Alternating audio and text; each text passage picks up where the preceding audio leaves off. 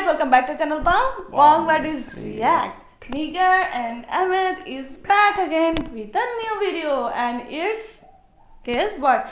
Indian geography. So the title is Geography Now India. One of our viewers actually suggested this video to us to react. His name is Rahman Ali. So thanks to him that he suggested.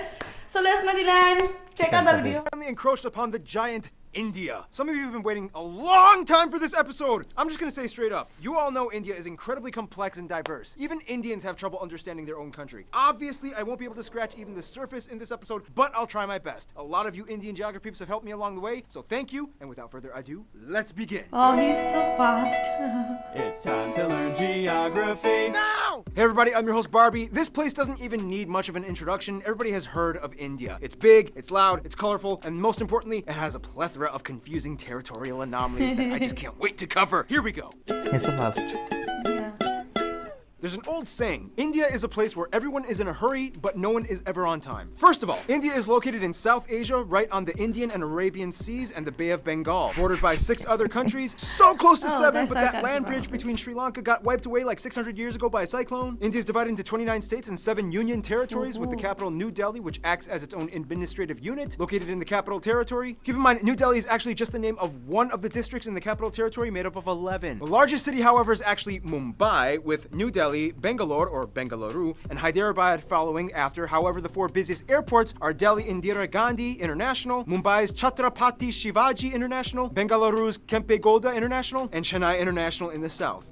You know why I'm smiling. This is my favorite part of any episode we ever make. Territorial Anomaly time. India is loaded with strange borders and deliciously complex demarcation lines. First of all, what exactly is a union territory? In the simplest way I can put this, union territories are places that are too distinct to be incorporated into a state, but too small to have their own local governments. The first one, of course, is the Delhi National Capital Territory, where the capital lies. Chandigarh is a post-independent city constructed to replace Lahore as the capital of the Punjab area after it was split up between India and Pakistan. Then you have the island territories, the smallest one, Lakshadweep, and the Andaman and Nicobar Islands. The Andaman Islands being home to one of the last uncontacted people groups on the planet, the Sentinelese tribe, whom have been hostile to visitors and are therefore left alone, as well as the Nicobar Islands, which actually used to be a short-lived colony of Denmark. Finally, the 3 remaining territories are former European colony towns and ports. Dadra and Nagar Haveli, Daman and Diu, which are separated by about 200 kilometers across the Gulf of Khambat, and the most confusing union territory, the French-speaking Puducherry, which is actually split up between 4 district cities across India: Karikal, Mahe, Yanaon, and Pondicherry. Pondicherry is strange because it has 11 enclaves within the Tamil Nadu state. Oh, and in this area you can also find the experimental hippie-ish commune with a little bit of controversy. Look it up. Oh, and don't forget, here, the eastern states, also known as the 7 Sisters, are connected by this incredibly narrow 27-kilometer wide pathway known as the Siliguri Corridor. This pathway is like a crucial artery that completes the India puzzle. Or so you would think. Now let's discuss the juicy stuff. Now, in the China episode, I already talked about the disputed areas with India, such as Aksai Chin and Arunachal Pradesh, the latter pretty much just belonging to India as it's almost completely inhabited and operated by Indians. So let's move to the other disputes. Now, as of 2015, the Bangladesh episode is already outdated, as India and Bangladesh have finally come to an agreement over the frighteningly complex former enclave-exclave dispute. In the end, India only lost about 40 square kilometers of land to Bangladesh, and now only a few enclaves and exclaves exist. Now let's head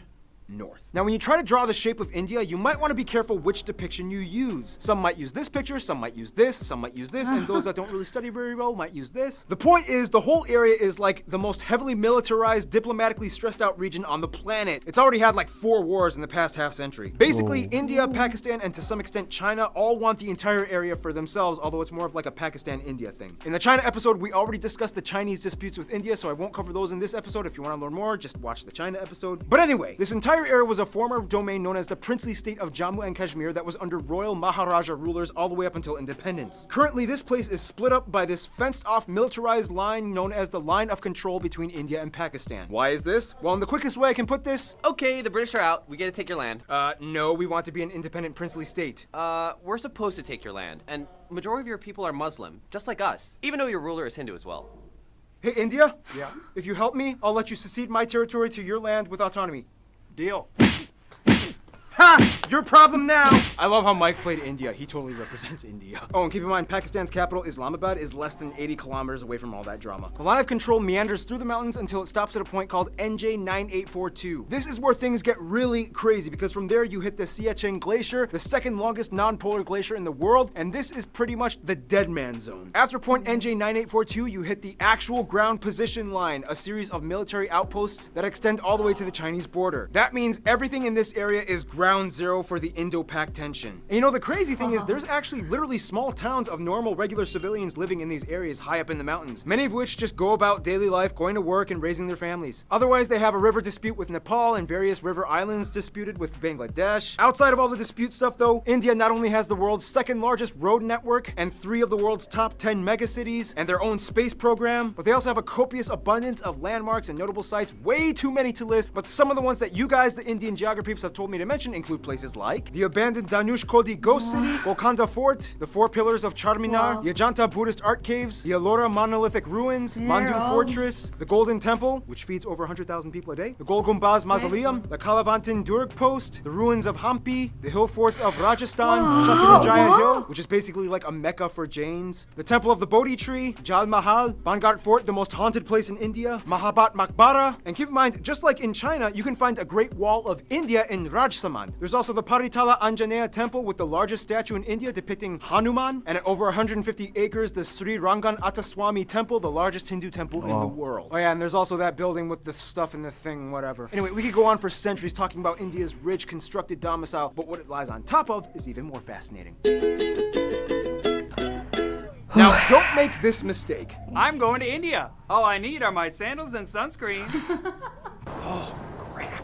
Now, as the 7th largest country in land area, India has a wide range of landscapes, climates, and elevations that all contrast from one corner to the other. First of all, let's talk about the north. India sits on the Indian tectonic plate that essentially smashed into the Eurasian plate, which in return created the largest mountain range in the world, the Himalayas. The force is so strong that it's estimated that the Himalayas grow about 2.4 inches or 6.1 centimeters every year. There's also where you can find Kanchenjunga, the tallest mountain in India, or the 3rd in the world, right on the border of Nepal. Keep your eye on these mountains. These are pretty much the source of most of India's major rivers that give life to the whole country. That's why India takes these mountains so seriously. You can also find the largest natural lake, Wular, up in the Jammu Kashmir area. Below the Himalayas, you reach the North Indian River Plain, sometimes referred to as the Indus Ganga. This is the most fertile part of India where the most important rivers like the Ganges and its tributaries flow. Heading a little south, you reach the Satpura and Vindhya ranges that pretty much divide North India from South India. On each side, you get the West and East Ghat Mountains, which in return creates this massive triangle thing called the Deccan Plateau. This place is moderately forest, especially in the east, in the Chotra Nagpur Plateau, where you get a section of the swampy Sundarbans that they share with Bangladesh. Check out the Bangladesh episode. Head a little west and you get the dry Thar Desert along the border with Pakistan, as well as the Rann of Kutch, known as the Salt Desert. And finally, the only active volcanic area would be the Andaman and Nicobar Islands, with Barren Island having actual conical eruptions and Bharatan having tame mud volcanoes. Now here's the thing, although India has a relatively high population density, they do relatively well with maintaining their ecological footing. In fact, in 2016, they beat a world record by planting, disputably, 50 million trees in one day. They've also agreed to reforest about 12% of their country by 2030. The most heavily forested area being the 7 sister states in East India. Now, one of the factors that contributes to this would be the fact that India has the lowest meat consumption in the world, with the highest population percentage of vegetarians at around 40%, most of whom are lacto-vegetarians that consume milk products. By the way, in India, when buying groceries, this label means vegetarian and this one means not vegetarian. Nonetheless, the remainder of the population does typically eat some kind of animal protein, mostly in the forms of seafood or chicken, but almost never beef or pork unless if you are part of the Muslim or Christian minorities scattered throughout the West and East areas. Now, let's talk about the role of cattle, shall we? India has more cattle and livestock than anywhere else in the world at around 330 million. And it's interesting because since they have prevalent Hindu traditions, the killing of cows is illegal in many of the states except for a few, and each state has varying degrees of punishment for committing intentional cow slaughter. Keyword intentional. Cows accidentally get hit by cars all the time. Once a cow is too old to produce milk, it typically is released into the open to die naturally in the wild, ideally. Nonetheless, male cattle get it much worse, as they are deemed as kind of useless. Some places use them as draft animals for labor, some religious sects use them as sacrifices, but otherwise they are typically sold to the underground market for beef or hides. To this day, there are about 6 times as many female cows as male cattle in India, so that means, yeah, something's happening to the males. Nonetheless, India does have the 3rd highest carbon emission rate after China and the US, 4th if you consider the EU. However, emission per capita, they rank pretty low at only about 2 kilotons per person. Contrast that with Qatar at about 40. There are 94 national parks, 501 animal sanctuaries across the country where you can find some of the national animals like the peacock, the Ganges River dolphin, the king cobra, the Indian elephant, and the highest population of Bengal tigers in the world, which are all highly protected. India also has the most irrigated land in the world, which allows them to become the #1 producer of multiple products like millet, bananas, lemons, limes, mangoes, ginger, chickpeas, milk, butter, fennel, jute,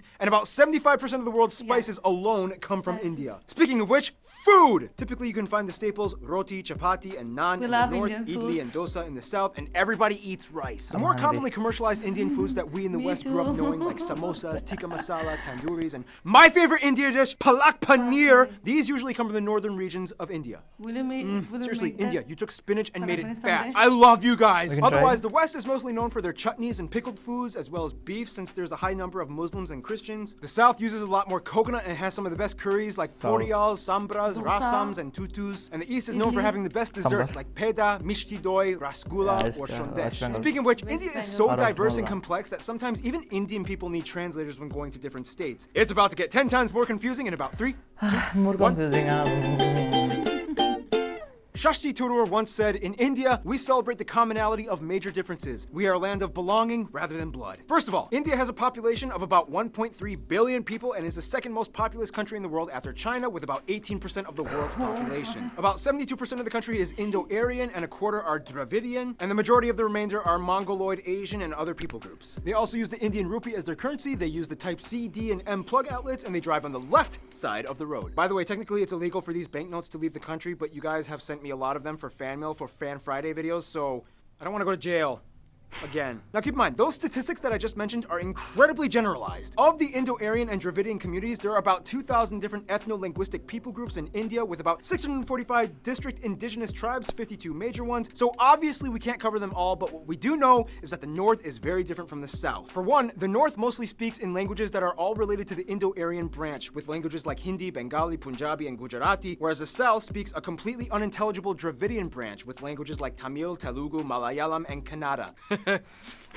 Otherwise, there's also pockets of Sino-Tibetan and Austroasiatic languages spoken in the far north and east. Wait, so how do they all, like, communicate with each other? Great question. Although India does not have an official language, there are 22 recognized national languages, and of these, 2 are the most prevalent, taught in schools and used by government officials, Hindi and English. And very often, these two are like mixed mid-sentence. It's weird. Don't be surprised if you hear someone speaking Hindi and then suddenly finishing off in English. It's like, and I was like, "Padis," and I was like trying to, like, why are you even trying to do that? I know, right?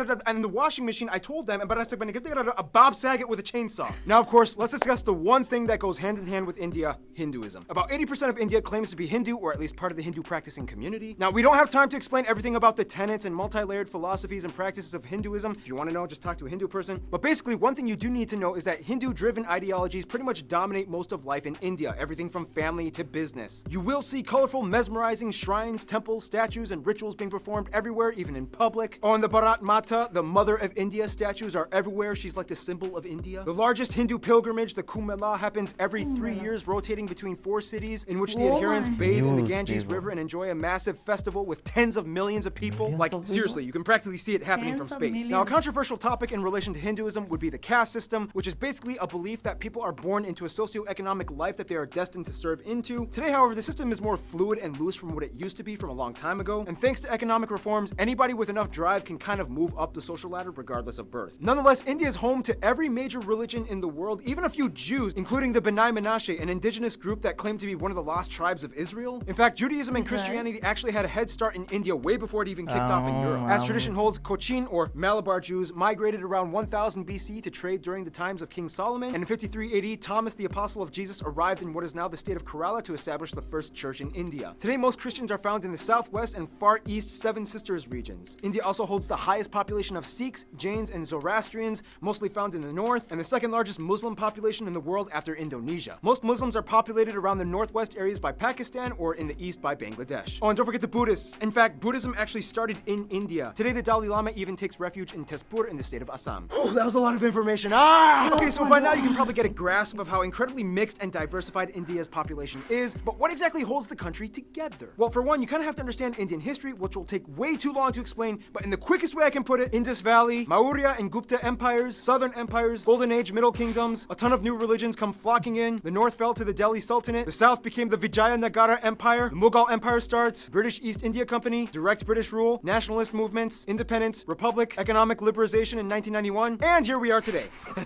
Vijaya.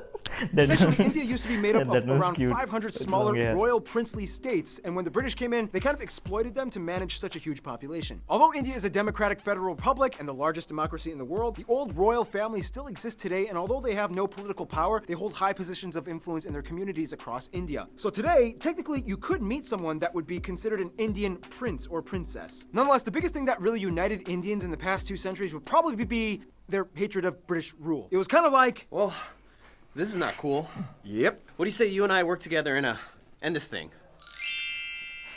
Essentially, one good thing you could say that came out of imperialism was that it kind of stopped all the internal squabbling and unified the groups towards one common goal, to get rid of imperialism. Today, Indians are just proud to be Indian. I mean, a Tamil soccer player can get cheered on by a Rajasthani, a Punjabi pop star can sell out tickets in Orissa. Speaking of which, all Indians love movies and Yeah. music. India has the second largest film industry in terms of volume, pumping out nearly 2,000 films per year. Surprisingly, Nigeria pumps out more. However, the box office revenues gross out at only about $2 billion annually compared to Hollywood at over 10 billion, but still, it's impressive. And keep in mind, it's not just Bollywood, but it's also Tollywood, Gollywood, Collywood, Pollywood, and so That on. day There's we like 20 also different heard woods. Bollywood, Oh, and like every movie in Bollywood. India has at least one scene where everybody breaks out in song, and there's almost always a happy ending. Unfortunately, mainstream media has also put an aesthetic strain on many of the people, as it's almost become an obsession to be light or fair-skinned, causing people to go so far as to buy skin bleaching products. my. Some other controversies include things like illiteracy being an issue in many parts of the country, especially in the rural areas. But I mean, come on, when your country has literally hundreds of different writing systems, go figure. I mean, give them a break. Also, many of you guys, the Indian geography peeps, have asked me to bring awareness to the fact that India does unfortunately have some of the highest rates of human trafficking and child slavery. The government is trying to crack down and culture is slowly being reformed, but for now, it's a sad reality that still does exist. Hey, here at GN, we talk about the good and the bad. I'm just saying. Otherwise, sports do definitely tie everyone together as Obviously. well, especially cricket, the national Oh, sport, yeah. even though they also They used to do have a really very well in nice field hockey. Indian India team. also has a lot of their own indigenous sports like Dopkel in Assam, bull racing in Kerala, Insuknar, rod pushing in Mizoram, and Malakamba, the strange pole I saw yoga that. gymnastics thing in the south. Otherwise, some notable people from India or of Indian descent might include people like Siddhartha Gautama or the Buddha, Mahavir, Ashoka the Great, Prithviraj Chauhan, Aurangzeb, Shivaji of the Maratha Empire, Mohandas or Mahatma Gandhi, Indira Gandhi, Subhash Chandra Bose, Jawaharlal Nehru, Rabindranath Tagore, C.V. Raman, Satyendra Nath Bose, Bhagat Singh, Dr. APJ Abdul Kalam, Shah Rukh Khan, Shah Rukh Khan. Amitabh Bachchan, Amir Khan, Salman Khan, Priyana Chopra, Ben Kingsley, Sundar Pichai, Satya Narayana Nadella, A.R. Rahman, Sachin Tendulkar, and Mahendra Singh Dhoni. There's also literally millions of other famous people I missed out on. If you want to mention them, please, there's a comment section below. Use it. In the meantime, we got to finish this info marathon, shall we? Now, no surprise, India is huge and therefore has a huge international outreach when it comes to diplomacy to almost everyone, except their immediate neighbors. First of all, countries with large population percentages of Hindus and Indians like Fiji, Guyana, Suriname, Trinidad and Tobago, Mauritius, and Malaysia typically stay They're close to staring India's at roster me. of go-to friends. They enjoy cordial relations with trade. Now, the UK may have left on a sour note, but they still have a lot of ties to their former colonizer in terms of business and tourism. India is still part of the Commonwealth, not Commonwealth realm, there's a difference, and the UK has over 1.5 million citizens of Indian descent. As mentioned in the China episode, China is kind of like India's I'm only here to do business with you and nothing else friend, as drama still hasn't subsided in regards to the territory So conflicts. straightforward. Now, when it comes to the US, things started kind of sour back in the 70s during the Indo-Pak War of 1971, when the US sided with Pakistan, their arch nemesis. Today, relations have cooled off. Mostly, the US supports India's move towards democracy and is a key ally in the military conflicts in the Middle East. When it comes to their best friends, however, most of the Indians I talked to have said Russia and Bhutan. Russia because during the Indo-Pak Wars, Russia came in and supported them, and ever since then, each country has held a high position of respect for the other, especially as global superpowers. Bhutan and India signed a treaty of friendship almost immediately after independence. The two countries have shared interests and a currency-pegged system as well. Bhutan even supported the annexation of their cousins in the Sikkim state into India, as it gave a nice buffer of land from China's stake to their claim. In conclusion, you will not find anywhere else on Earth like India. Thousands and millions of people inhabiting a colorful, majestic, green, slightly gritty at times slab of Earth, blessed and cursed in so many ways, yet wonderfully harmonized, mostly in a unity unlike anywhere else. In the end, that's India. Ah! Oh my. I'm going to sleep. I'm having a headache. I think I concentrated forcefully. Wanted to- I think if anyone want to know about India in short, I think this video is perfect for him or her. Yeah, actually he So much information. I actually collected everything. confused. Actually, I'm confused. How can he memorize all of them? And so fast, man. He is no, so I'm fast. sure he had script, but But he even was then- so fast. He obviously memorized them. Otherwise, it is not so easy to that way. And talking about the video, the topics about India, we know some things about India. We have not some. that deeply. We But today knew we got to something. know a lot of information. lot of things, and there's interesting. Some are like that About their India- state, their India's cultures. territories, we Obviously. know we also had a lot of issues As we, with India. we territories. we already solved our current prime minister. She has solved few things about eclipse, exclipse issues with India, and then I think we are not having that much problem with India about the border Something area. I missed in this, they talked about film industry, and also I wanted to see some updated cities like Mumbai, Delhi, some details about. The They cities. actually they didn't mention a lot about the cities. They just told about four cities, four I major can understand cities. that It's and already it's around near about 20 minutes already. It is huge because India is so large. talked about business with other countries. Talked Obviously, about the territories, territory, people, culture, the the religion, traffics, the roads, even their the language. cows on Yeah, the streets. it's actually there is 330 lot million? of a lot, Oh my. a lot. Oh, and then obviously It's a populated there were country, have more a like lot of- 2000 language. I was shocked. 22 are official. 22 is official and 52 52. said maybe 52 are major. Also 27 states. 27. But I think after watching the video, I think one thing I'm really happy about that I choose science group rather than humanity. Because I am pretty happy with physics, chemistry. Not I have physics. I am happy. I don't have the geography. I'm really happy.